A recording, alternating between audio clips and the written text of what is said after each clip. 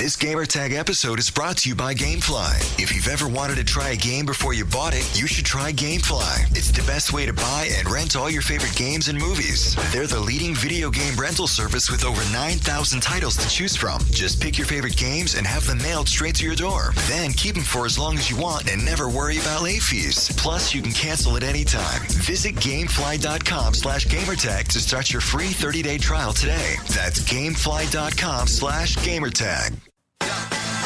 Ladies and gentlemen. Ladies and gentlemen. Podcasting since 2005. Check it out. You're listening to Gamertag Radio. With your host, podcaster Hall of Famer Danny Pena, the always opinionated Paris Lilly, and from outside of the norm, Peter Toledo. This is Gamertag Radio. Here we go.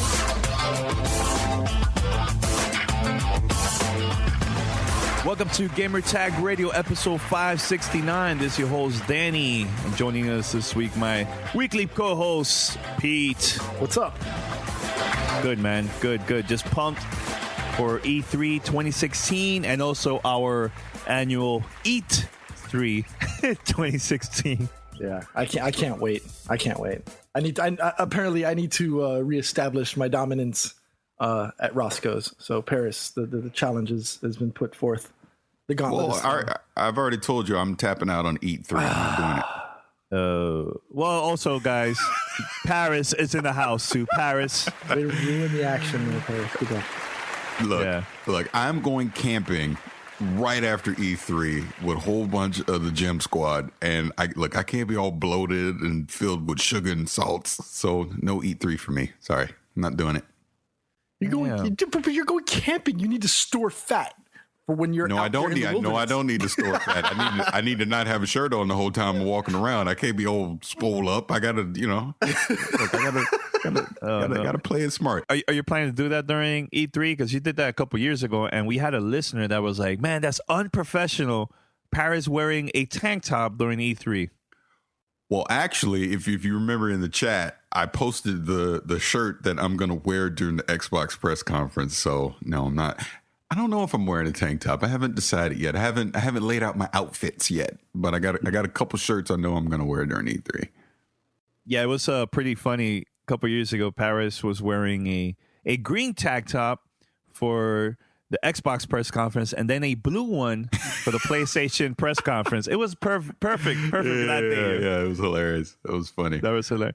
Yeah, man. So I can't wait for this year, man. I'm pumped, man. I'm pumped. I think this year is going to be a very interesting one for us, man. So I'm excited. Man. All right, so head over to gamertagradio.com or play.it/gamertag. Listen to our past episodes and make sure to share with your friends, family, cousins, best friends, enemies, anybody. just share it with them and let them know about GTR.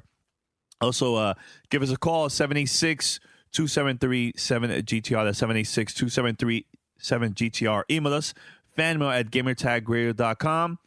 And also, you could find us different places, Spotify, iTunes, Stitcher, TuneIn Radio, and other podcast directories. And if you're listening to this through iTunes, make sure to review us and help us keep the show top of the charts. It will help us big time. All right. And we have a lot of content. But before we start talking here about different topics, can you believe it has been 10 years since the announcement of Half-Life 2 Episode 3? Still nothing. What's going on with Valve, man? It's been 10 years already. 10 years. I actually got a question for you. Yes. Have you played Episode 1 and Episode 2? Yes, I have. Okay. I played it through the Orange Box. Orange Box. The Orange Box. Yeah. Which again, if you go back to 2007, that's that's one of the greatest gaming years ever. Orange Box was on all the consoles as well. Imagine the original Portal was thrown into that. It's just, dude, that was such a value back then. I don't think people even realized it at the time. But no, yeah, I've played all the Half-Life games. I've played a lot of the different mods and stuff as well. No, the reason I asked that is because like you're bringing up the thing with Gabe, and just it's been 10 years now and nothing. I think Valve's entire business model and their way of thinking has completely changed in that time. I mean, yeah, we've gotten, a Portal 2 and they've done some Left 4 Deads and things like that along the way, but game development is no longer their primary focus. Their focus is Steam, creating VR, and just, having the whole streaming as a service, games as a service. That's their thing. It's like we were talking a couple of weeks ago about Epic, in that they only make games that are passion projects now, and they're not doing the big AAA stuff like the Gears of War anymore. That's why they sold off the license to Microsoft, because they make so much money off their Unreal Engine licensing out. Same with Steam. They're making so much money off of Steam and creating these services around Steam that making a game isn't their primary goal anymore. If they make one, fine. But if they don't, like they're not going to put out Episode 3 or Half-Life 3 or whatever it's going to eventually be called until Gabe deems that it's perfect. It's going to have to be something that they feel so good about. All right, fine, let's go ahead and put it out. Because I guarantee you that game has probably been started and stopped probably a dozen times in the past 10 years. And who knows what's going on right now. I mean, I can't even put a Ms. Leo on it because Ms.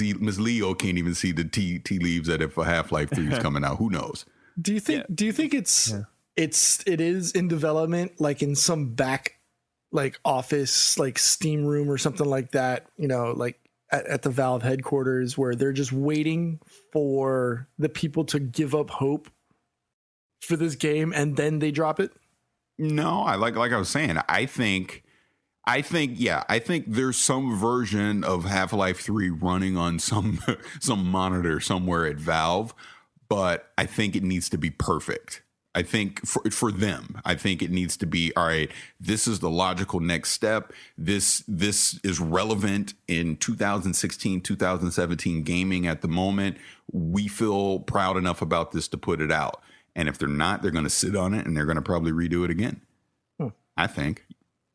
Every year we always think that this could be the year for Episode 3, but I just gave up. I'm like, if it happens. Danny, remember? Yeah. And I can't remember what year of E3 this was. This might have been 2011, maybe 2012, up in there somewhere. Remember, Valve they had a venue. They're having a press conference. We got the invites, everything. They're having like their own standalone thing, and everyone was buzzing about it. And then the last minute, they canceled it.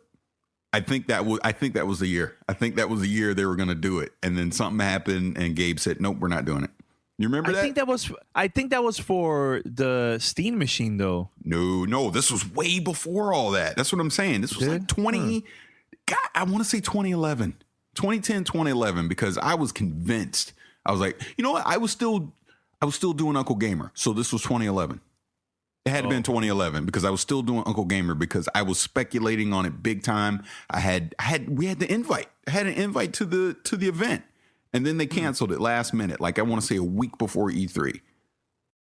And I think Portal 2 got announced that year. I think, but it had to have been more than Portal 2. Had to have been more. Was it 2012 or 2011? 2012 maybe, because I remember I want to say there was some time in 2012 where like I think Gabe actually responded to an email or something like that from a fan about it, and he said that they were going to attend, but then it all like everything else, Half-Life 3 just poof and smoke just disappeared. Yeah, we'd have to go do our research. Thanks a lot for the last minute, Danny. We have no facts. We don't have hashtag facts. It's all good. It's all good. By the way, you guys ready? Let's talk about Nintendo very quick. Nintendo had the Nintendo president been having like interviews here and there, and there's been a lot of things that have been popping up. Like now, Nintendo is focusing more on maybe creating some movies, through their IPs. In the past, they tried to do one from especially the Super Mario Brothers, and I think Nintendo rather focus on themselves handling that instead of somebody else, right? So they've been talking that they're probably going to be doing that, and they know that Legend of Zelda is one of the big franchises that I think the fans been requesting this for years. Make a Legend of Zelda movie and stuff. So they've been talking a little bit about that, but also the thing that I've been wondering has been the Nintendo NX, and they also been talking a little bit about that. Of course, mobile gaming and everything. So here's an interesting one about the price. And the president of Nintendo says that they can't sell this console at loss.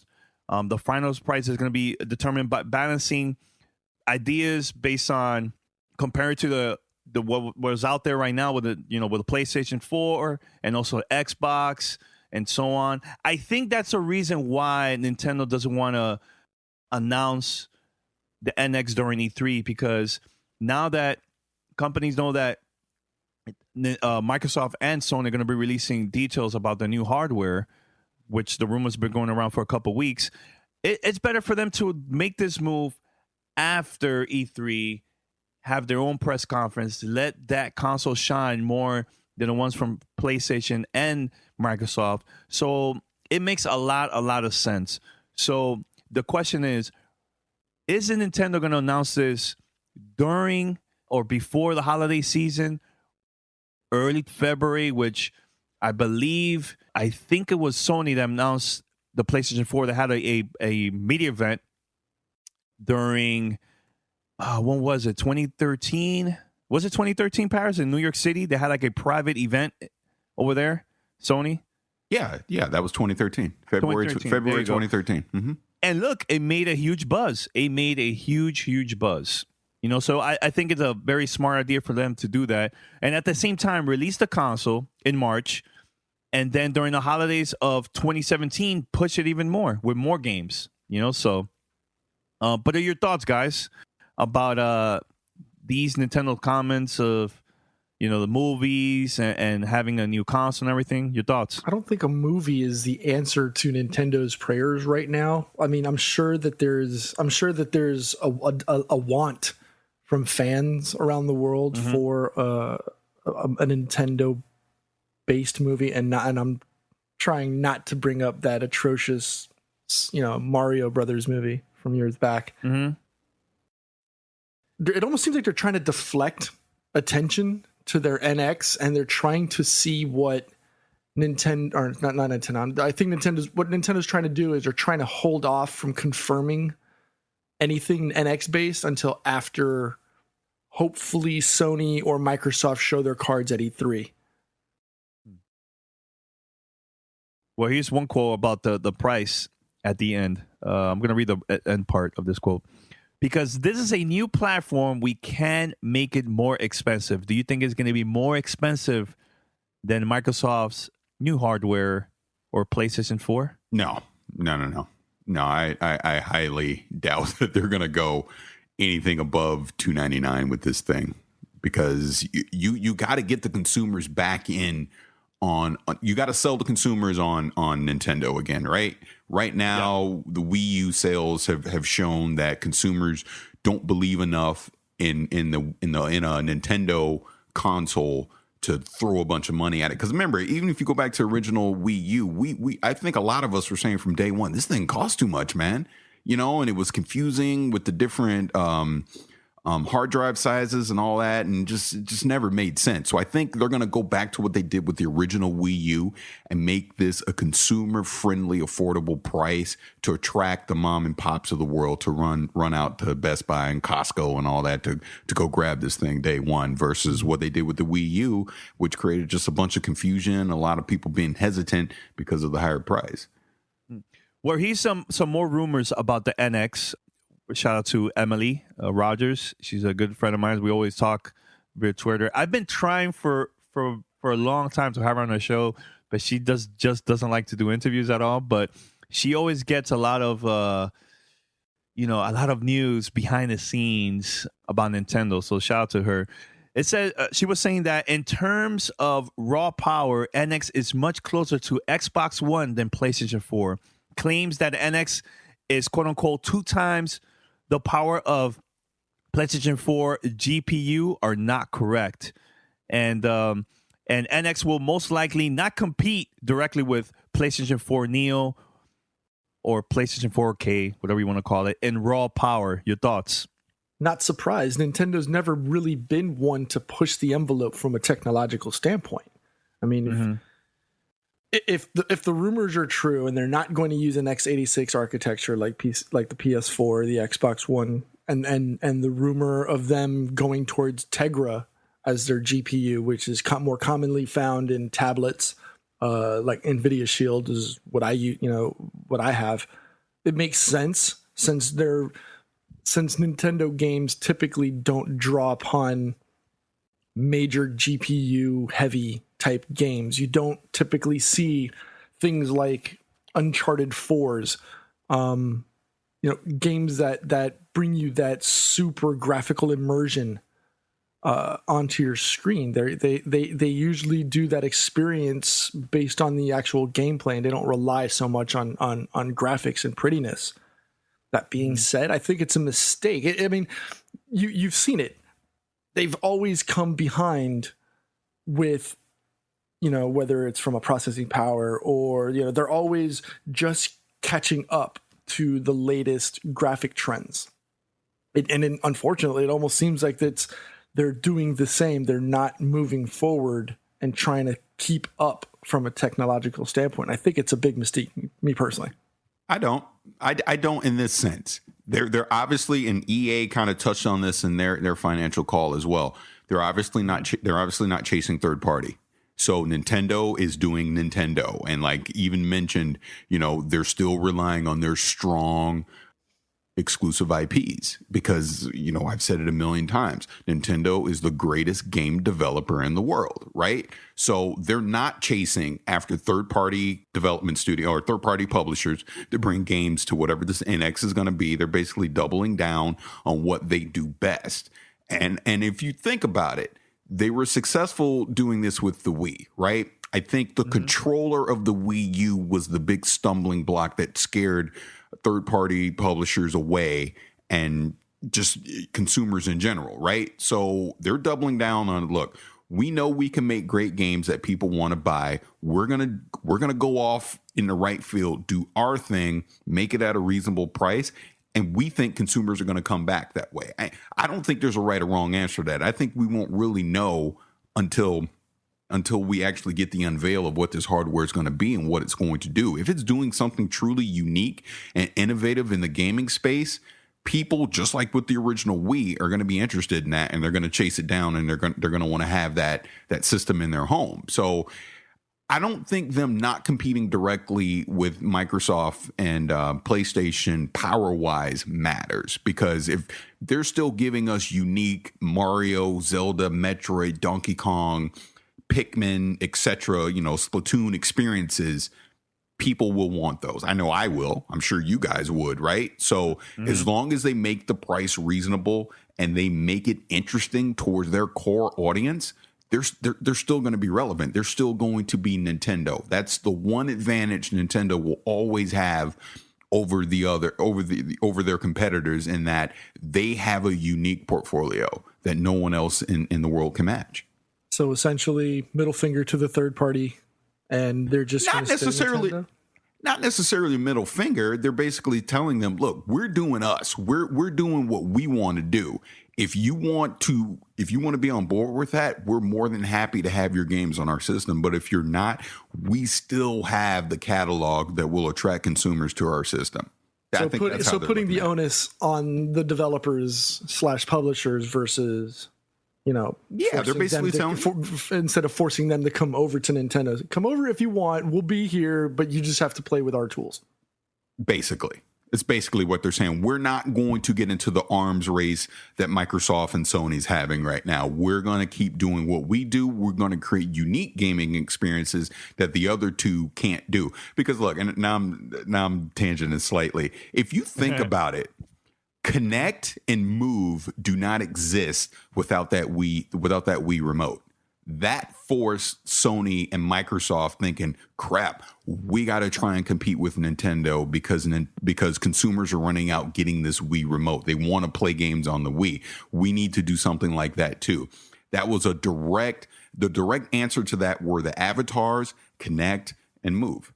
And none of them succeeded, right? So Nintendo's banking, we can recreate that again. They tried to do it with the Wii U controller, and they were already a couple years behind because iPads and mobile devices surpassed that controller. So now they obviously must think they have something with this NX that's going to raise the stakes again, and it's going to make Sony and PlayStation react to what they're doing versus them having to react to what they're doing. In my opinion, that's just what I think. And here's the thing, too, that a lot of listeners don't know. We usually attend a lot of the press conferences from third party, and they always invite Nintendo, Sony, and Microsoft to those press conferences. I believe the year, Paris, of the donut press conference of EA, you remember that? Yeah. So originally, I got moved to the front. I believe I was with Pete. We were sitting next with the YouTube gaming guys over there, and right next to us, there was a table there that was reserved for Nintendo. So we were like, man, okay, maybe they're going to... I was thinking at that time, man, they're probably going to have some announcements for Nintendo, and there was no announcements at all.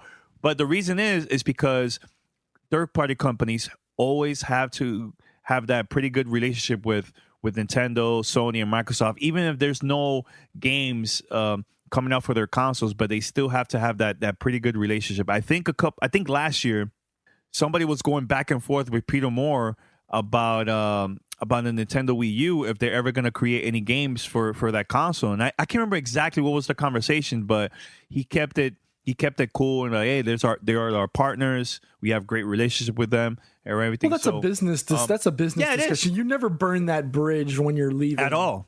You never do that. So you always ensure that you keep that rapport with, whether it's a business partner or an employee or an employer. You never want to burn that bridge. So I mean that's just common business practice. That's just smart business, to be honest with you. It's not like you never want to burn that bridge. Sorry. If they do sell a lot of units, eventually it's gonna make a lot of these third party companies to start making games for the console too in the future. So that's more money for them too, man. So right now they're just keeping an eye like, okay, is it going to be successful or not? So we'll see what's going to happen once this new console releases and stuff. So Paris, very quick. I know Pete talked about this a couple minutes ago. The whole rumor about the NX handheld to be powered by NVIDIA Tegra. What are your thoughts about that, man? Very quick. Isn't the 3DS also powered by an NVIDIA chip? I'm pretty sure it is. So not a huge surprise, really. I mean, if you're gonna do something in the mobile space, I mean, NVIDIA is probably the leader right now. As far as those socks go on the mobile devices. So why not? Makes sense. Makes sense. All right, cool. Well, before we also go to fan mail and also our E3 prediction, can't wait for that. I'm excited for that one too. Paris, you a fan of Gran Turismo? And I believe P too. P, are you a fan of Gran Turismo back in the days? I'm not really a sim racer fan. I'm more of the arcadey, Blur, Need for Speed, Burnout type racer guy. But we can definitely talk about it. Well, there's a new Gran Turismo Sport game that's coming out for the PlayStation 4. I don't know. I'm not really too excited about it. I was expecting a lot more, but so far, based on the previews from a couple of gaming websites, it's not something that's gonna be, I don't know, compared to like the past Gran Turismo. They're always making it better and better and better. This one seems like a decent game. It's not like mind blowing or anything like that. But what are your thoughts, Paris? Because you're a fan of racing games. Okay, and you're crazy, and the link that you sent me from Eurogamer, he's crazy too. So okay, excuse me. No, I'm just saying. I just saw that. No. Here's the thing. Yeah. This isn't Gran Turismo 7. This is literally, if you want to compare it to what Microsoft does with the Forza series, this is their Forza Horizon. This is the stopgap game in the middle year before they actually get to the proper release of Gran Turismo 7. And makes sense. Yeah, it's iterating on some things that's coming from GT6, which if you played that on the PlayStation 3, it's a fantastic game. And I'm not gonna say I'm excited for like, oh my God, this is changing sim racing, but it looks beautiful to me from the trailer that I saw. And the fact that we're getting 137 cars, they're going to have like 37 track layouts as well in 19 locations. I'm down. It's going to be a fun racing sim to have on the PlayStation 4. Is it innovating racing sims? Absolutely not. Does Polyphony Digital need to come with it when Gran Turismo 7 happens? Abso-freaking-lutely they do, because here's the thing. Turn 10 is catching up every year with the Forza series. It is getting closer and closer in quality to what Polyphony Digital is doing with Gran Turismo every year. So is this going to change racing? No. But if you're a racing fan, if you love racing sim games, we now have a Gran Turismo equivalent on PlayStation 4, and I think any hardcore racing sim fan would be crazy to not pick it up in November. I mean, obviously, we'll get more information here coming into E3 and later on, but right now, I definitely got my eyes on it for sure. Is it more? Are you more hyped than Drive Club? Wow, I was thinking it. Okay, I'm not even going to say his name. I'm just going to say yes. But there's a certain person out there on the internet that thinks Drive Club is the greatest game ever made, and they're horribly mistaken. It's all right. Okay, just in case. Hashtag facts. Wow. Hashtag facts. Shots fired. All caps. Yes. All right, let's take a moment and get a word from our sponsor, GameFly. Are you ready to save money and play more games? GameFly is the best way to buy and rent all your favorite games. Just go to gamefly.com/gamertag, pick your favorite games, and have them mailed directly to your door. GameFly is the leading video game rental service. Over 9,000 titles to choose from. It lets you, try your favorite games and movies before you buy. Keep the games as long as you want. You'll never have to worry about late fees, and you can cancel at any time. They also offer movie rentals too. So go to gamefly.com/gamertag. Start your free premium 30-day trial today. The premium trial allows you to check out 2 games or movies at a time. You can only get this offer by going to gamefly.com/gamertag. So sign up today. Look, we talked about this a couple weeks ago. If again, you're listening to a video game podcast, so obviously you love gaming. Gaming can be an expensive habit. So with our offer, you get a month for free. You get to have 2 games at a time, get on any system that you want, platform that you want, get to check out the games. And if you love the service, hey, you just keep it going after the 30 days, just sign up and keep it going. It's a great service. I used to use GameFly all the time back in the day. I'm now using this trial now because there's some games that I do want to check out on some systems. And hey, why not? You're getting the premium trial for 30 days. So again, go to gamefly.com/gamertag, sign up for that 30-day premium trial today. Definitely. And one more thing, we've been talking a lot about these games that's coming out now, and like Uncharted, another one, Doomed, I believe Mirror's Edge is coming out. Try those games out before you buy it. This is like a great opportunity for 30 days, right, Paris? That's a great way. Yeah, absolutely. Absolutely. You can pick and choose. Definitely, man.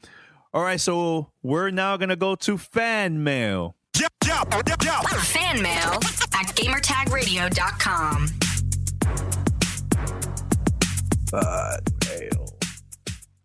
All right, P, how was that? In your opinion, was that good enough? I'd give it a 6, maybe a 7. Not as bad as last week, but yeah, last week was off. Yeah, last week it was like way off. I even recorded some. I woke up this morning and was getting ready for the show. I actually recorded a couple of instances. So if you want to use those, by all means, go right ahead. Okay, all right. I had to give it a 43 personally. Oh, 4.3. Wow. 4.3. There you go. All right. So we have a first question here. This is from Mario. He was like, hey, guys, great show today. Are you going to put on a live show for E3? Mario, just in case you're a new listener, every year for the past 11 years now, we've been posting content live from E3, daily content, multiple content like roundtables, interviews, all type of stuff during the week of E3. Doesn't matter which type of app you're using to get our content, but we're going to have a lot of episodes up. Last year, I believe we put up between 25 to 30 episodes during the week of E3. And, the past few years, we've been getting a lot of exclusive interviews, too. We had Phil Spencer in the past, Aaron Greenberg. We also had Ubisoft, which I believe it was Rainbow Six. That was like 2-3 years ago. We had an interview with them about the game. So we are working on getting some pretty cool interviews and also behind the scenes stuff during the show. So I'm pretty pumped. And this is probably going to be our biggest year yet. So make sure to be subscribed and stay tuned. We're going to have more details about our coverage in the coming weeks. So Paris P, if you'd like to say anything else before we go to the next question, go for it, man. About E3. I'm stoked. Hello? I'm stoked. Okay. I'm excited. There's nothing really much we can say. I mean, I don't know how else we're going to. What was that? I was like, It's just funny because it was a delay, and then there's all hello. It's all good. Yeah. All right. So you guys have any other emails? Yes, I would like to read this one for two reasons. It's from Jaroslaw. I hope I'm saying his name correctly. He doesn't say where he's from, so apologies if I'm misspelling it. But I got to say, with my dyslexic mind, I saw Jawa, and I just want to say, oh, TD. I just want to say that so bad. But he said, he says, hi, GTR crew. I'm thinking of selling/trading my Xbox One. Most games play on PlayStation 4, and I prefer PS4 a little bit more than Xbox. What I need is you, and he does it in all caps, to tell me not to sell and why. Please, Danny, make me Emerald again. Question. Why me? Because he knows Emerald, go to Danny. Question. What if on E3, Phil Spencer will present not an Xbox 1.5, but the next Xbox? It will be backwards compatible with Xbox One and 2 times more powerful than PlayStation Neo. Thanks and hope for more laughs with GTR. New intro is so awesome, man. Thank you. So, Danny, sell them. Go for it. Let us know. Well, look, man. Look. I'll tell you this. If you sell your console like Paris, eventually you guys are going to come back based on announcements in the future. So of games that's coming out in the future and stuff. So I'm not even worried. If you feel like you want to sell your console, go for it, man. I'm like this, man. I have all the consoles and I feel like I'm not missing anything. So if there's any exclusives for PlayStation 4, I already have the console. I could buy the game and, with no issues, So it's up to you, man. Eventually, based on announcements, it's going to change your mind, man. So before you sell it, just wait and see what happens during E3. Maybe they'll have some big announcements, man. So I don't know. I just feel like I'm not trying to convince people to keep their consoles, man. It's up to you, man. If you want to sell it, man. So sell it, buy a 1080. Sell it, buy a 1080, and then you can play it on your PC. That's right. That's right. So I had to go there. So I have another email I want to read, and this is from a female. So thank you, because we don't get enough women actually leaving us feedback on the show. So we know you're out there listening. Please leave us more feedback. This is from Cassandra, and she's saying a couple episodes ago, Paris mentioned Xbox needs that game. I agree 110%. I'm a Gears fan through and through. The original Gears was that game in the early days of the 360, and Microsoft needs Gears 4 to be that game for the Xbox One. It needs to be a system seller like the original was. It's got to deliver on graphics, gameplay, and overall content. They need a single player that looks next gen. It's got to make people say, wow, that's on Xbox, and the multiplayer needs to build on Gears 3 multiplayer, keeping people playing well into next summer. Gears 4 has to be the killer app or that game Microsoft needs. If it flops, it's game over for this console generation. Cassandra, thank you for the email. I agree with the first part of what you're saying. Gears was one of that game, for Xbox 360. People were getting the Xbox 360 to play the original Gears. Absolutely. I tend to slightly agree with you as far as Gears 4 needs to be that game for Xbox One. I don't think it necessarily needs to be Gears 4, but between Gears 4, Crackdown 3, Sea of Thieves, Record, something in that pool of games, you need to point to that and say, this is the reason to have an Xbox One / Windows 10 device to play these type of games. So So I slightly agree with you. I get what you're saying, and the same goes for PlayStation. Like I've said before, to me, finally playing Uncharted 4, I feel like other than playing Destiny all the time, I feel justified now having a PlayStation 4 because of Uncharted 4. You know what I mean? So I totally get what you're saying. Thank you for the email. Pete, you got anything to add to this? Does it have to be Gears though? That lifts the banner for Microsoft? Why not ReCore? That's what I just said. Okay. Listen, Pete. Yeah, Listen. all caps. Listen. All caps. But is it game over for Microsoft if that's not that game? Nah, I don't think so, man. I don't think so. They'll be fine. So we'll see. All right. Well, the next email is from Eder. I think I'm saying it better this time. I apologize for butchering it last time. What's up, crew? Greetings from Mexico. First, my feedback for Uncharted 4. A real masterpiece. Everything seems to be there for a reason, from camera movements to character development and a better gameplay, and it's slower paced. Story-wise, I don't think is as strong as The Last of Us, but just because it's not as dramatic. Now, my real question. I recently finished reading Console War by Blake J. Harris. It's a great reading and an obligated one to understand the gaming industry. Can you guys recommend us any books on this topic? Can't wait for your E3 coverage. Thanks a lot. About this topic, Give me 1 second. I know I have one here. Well, I know I can, right off the top of my head, I'd probably say Xbox Revisited from Robbie Bach. I know we had him on the show a couple of months ago to talk about the book on its release.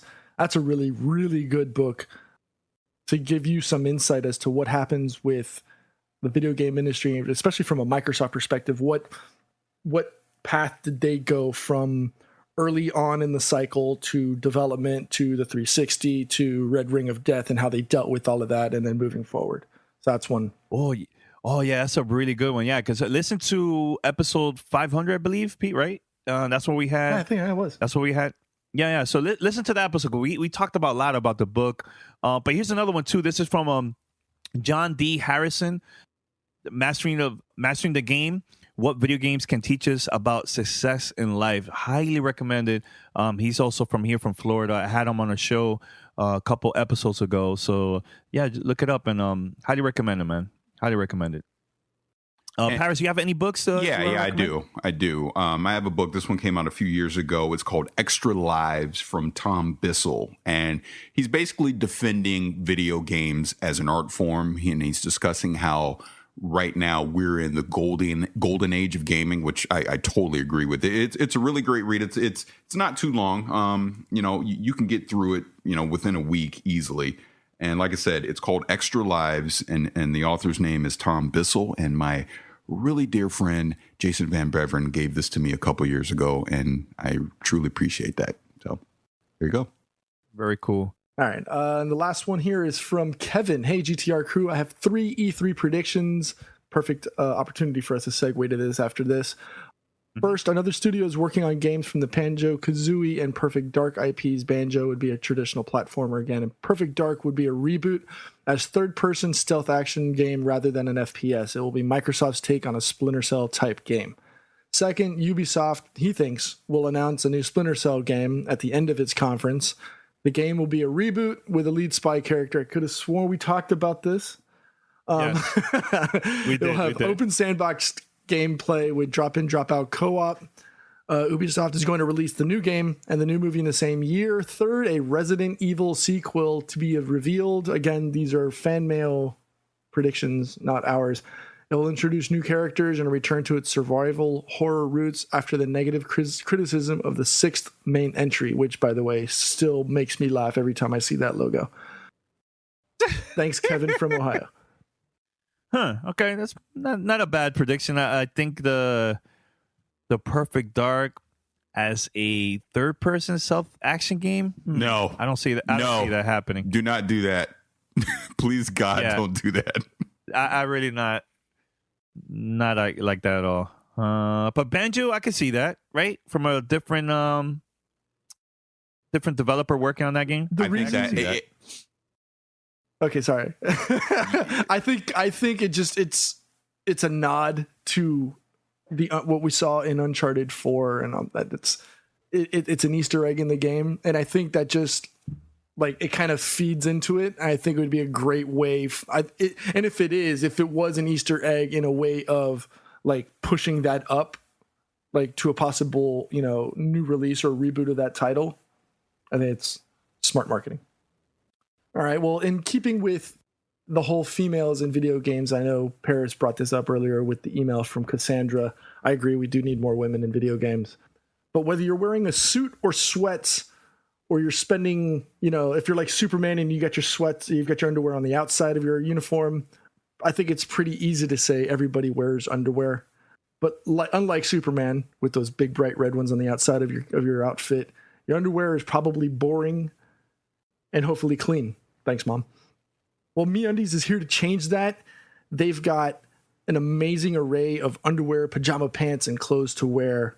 I know Paris got a pair. I know Danny, I think, got some. And yep. I got some for the wife because, and I've said this in the previous read, we need to get a little bit more support for the women in our lives and in video games as a whole. And so I got a set of the MeUndies modals for my wife. She got them in, I believe it was a thong and in boy shorts. PJ pants. She loves them. She's probably shouldn't be saying this on a podcast that's listened to, by a lot of people, but typically doesn't like to wear underwear because she doesn't like it riding up. But she does. She likes the MeUndies. She loves them. She actually wears them all the time now. So they have a fabric called modal, and it's sustainably sourced. It's a fabric that's twice as soft as cotton, and it's a proprietary product from MeUndies. I don't know if they call it the world's most comfortable underwear. She totally agrees with it.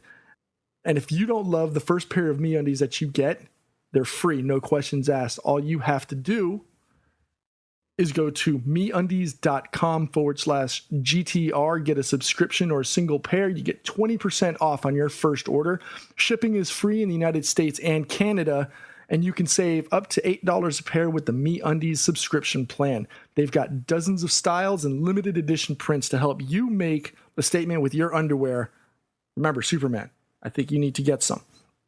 So once again, that's MeUndies.com/GTR for 20% off your first order. MeUndies.com/GTR. Super, super comfortable. Love it so far, man.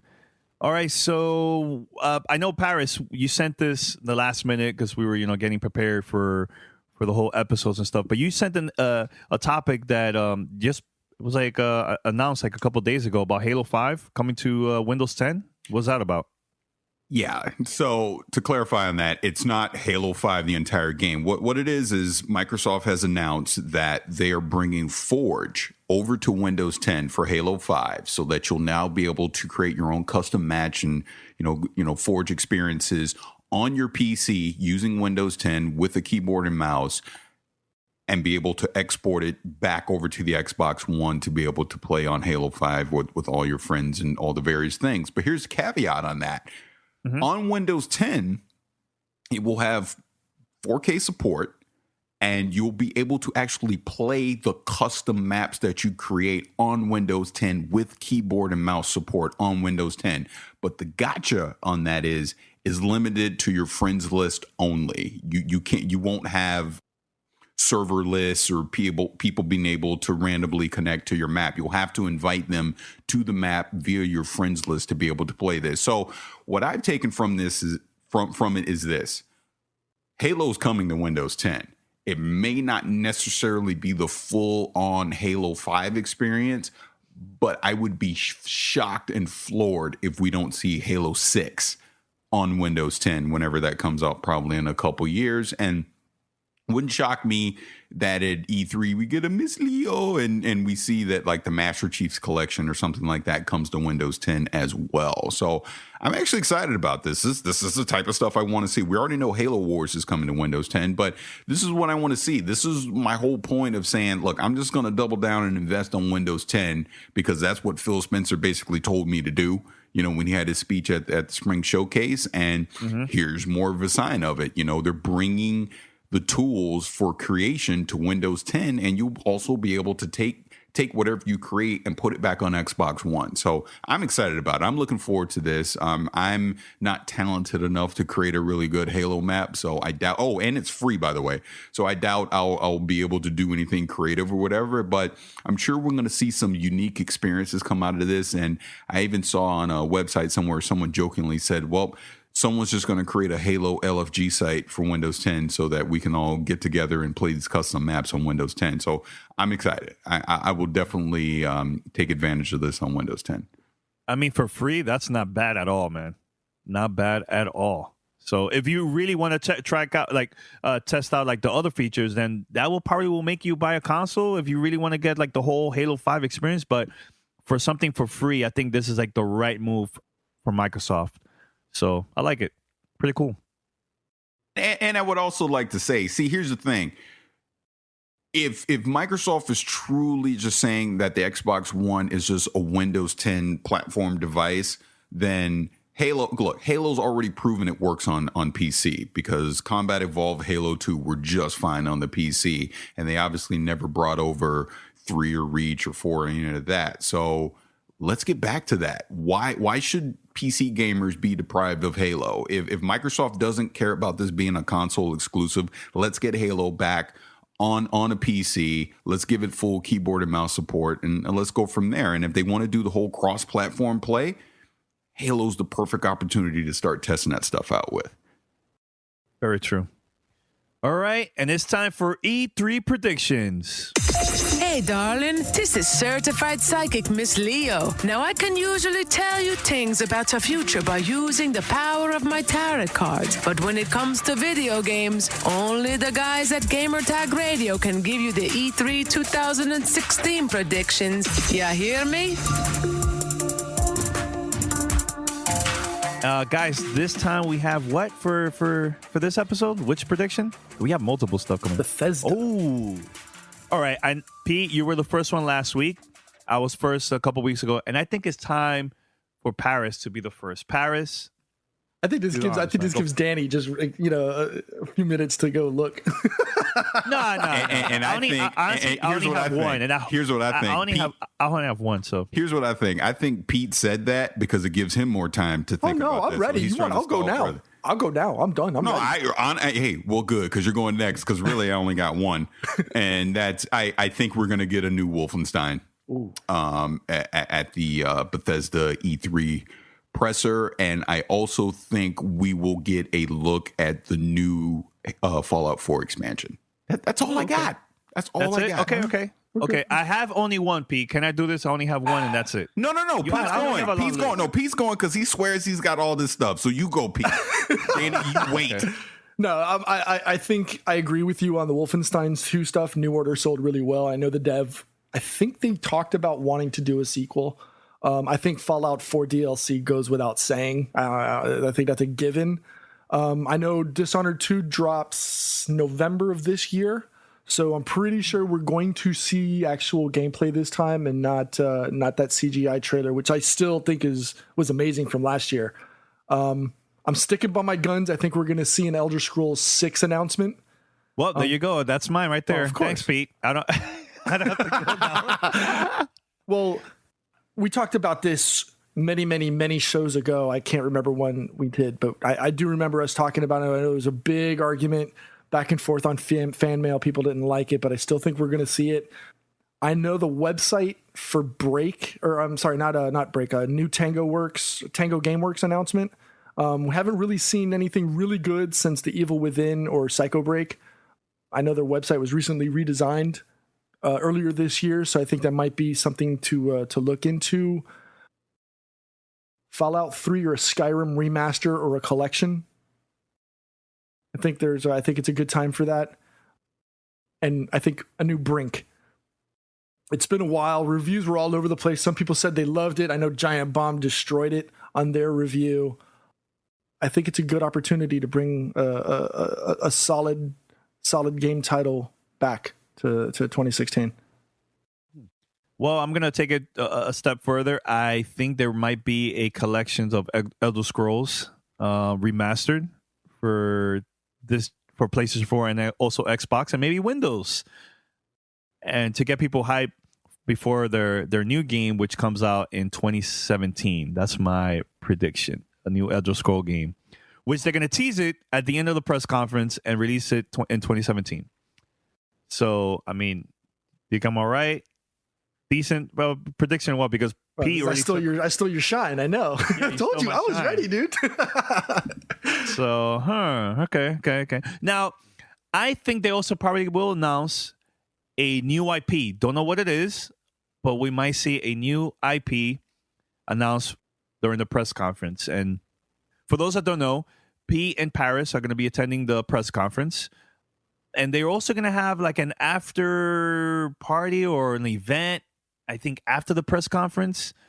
Usually when they do that, it's more for like hands-on and interviews and stuff like that. So I'm wondering, where are they going to have over there, for, hands-on at the event? Any predictions from that, guys? Yeah, because now, my Miss Leo, as I'm listening to you talking, I have another prediction. Okay. They're going to bring back Quake. And Ooh. yes, and they're going to show off that multiplayer, and that's going to be playable after the show. And it comes out this year, and it'll be at QuakeCon and the whole thing. That's what I think they're going to do. This year? Man, yeah, that prediction is... Pete, your thoughts on that? Because Pete kind of quiet. Yeah, you caught me off surprise with that one there. I wasn't even... Wow. You got me good there, Paris. Wow. Yeah, I don't know where else to go with this. Yeah, you caught me. Caught me red-handed. All right, your thoughts, guys. Head over to gamertagradio.com, post your feedback there, or call us 762-737-GTR, or email us fanmail@gamertagradio.com. Let us know, do you agree with Paris? Do you agree with all of us? Let us know about your E3 predictions.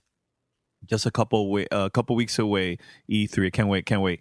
Now, very quick, what should be our next E3 predictions for the next episode? Think of 2K games. 2K, or do you want to go the entire? Do you want to go with the mothership and go with Take-Two? Yes, because there's Rockstar games, 2K games. Yeah, we could do that. Okay. We could definitely do that. Paris, you okay with that? Yeah, I'm fine with that. I didn't know you needed my approval. No, I need the whole crew. Everybody. We need the whole crew, man. Once everybody agrees with it, we go for it, man. So anything else before we wrap it up? Yes. And I bring it up because at this point, I don't care, because I play the game all the time. I don't care what no one thinks. It leaked out that the next Destiny expansion that'll probably come out in September, and they'll show it at E3 at the PlayStation press conference, is going to be called Rise of Iron.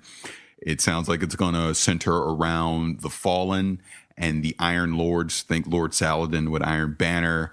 And the raid that we're potentially going to get will be a Fallen raid, which has me very excited, because I've wanted a Fallen raid since day one, because I think the Fallen are the most interesting characters in the game. So I'm looking forward to it. I've already thrown my pennies at the screen, because I'll be getting it. And look, this is the type of stuff we want, man. If you're playing Destiny, they're keeping the expansions going. We're getting, because they just did it on their Twitch channel. They just had a ride along and went through the King's Fall raid, and at the very end, as they were explaining the lore and everything, they even hinted at, hey, can we talk about the next raid? And Deej said, no, we can't. And then this came out like the next day, and I'm excited for it, man. Because look, you can argue with me all you want, but playing those raids are just some of the best co-op experiences you can have in gaming. So whenever a new raid comes out with Destiny, I'm going to be there day one. And I know there's some news about Luke Smith. Oh, yeah. Luke, and again, this is all rumor. Okay, but it sounds like Luke is the lead director for Destiny 2. Like, he went from Taken King, and they had a reorg at Bungie, and he was put as the lead guy for Destiny 2, which, hey, if you played the Taken King, I think he did a fantastic job on that. So I'm looking forward to see what his ideas are going to be for Destiny 2. All right. Well, I hope it's true. That would be cool, and maybe we'll have him on the show if it's official. You never know. Good luck with that one, but yeah. Hey, you never know. But you know what? At a minimum, I'm sure we'll have Deej on again, probably right before this expansion drops this fall, and who knows after that? But we'll at least get Deej on again to talk about Destiny. Definitely, man.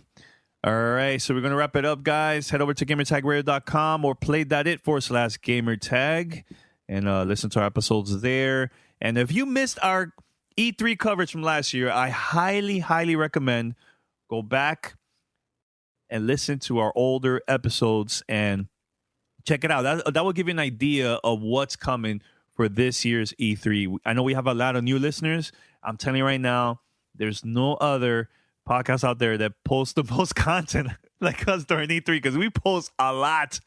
Last year, we had between 25 to 30 episodes last year, nonstop. So make sure to subscribe through iTunes, Spotify, Stitcher, or TuneIn Radio, or other podcast directories. And yeah, stay tuned. We have a lot of cool plans for E3 2016. Wow, it's going to go to 2017. Whew. I'm ahead of myself. All right. Also, give us a call at 786-273-7GTR. That's 786-273-7GTR. Or email us, fanmail@gamertagradio.com. And that's about it from me. Anything else from you guys? Can I say one last thing? Yes. Look, there's no way in hell I would ever vote for this dude, but Donald Trump on freaking Twitter just cracks me up because he just said crooked Hillary Clinton, and then he went with the rest of his nonsense. But the fact that he just calls people out and says names just makes me laugh. I still can't believe we live in this world where he actually has a 50-50 shot to be the president of the United States. I still can't believe it. Yeah, I can't believe it either, man. I have a lot of things to say, man, but I'm not going to say it. Yeah. Pete? No comment. Pete? Okay, no comment. All right. So we're out. Until next time, we are out. Peace. Thanks for listening to Gamertag Radio. Be sure to like us on Facebook and follow us on Twitter.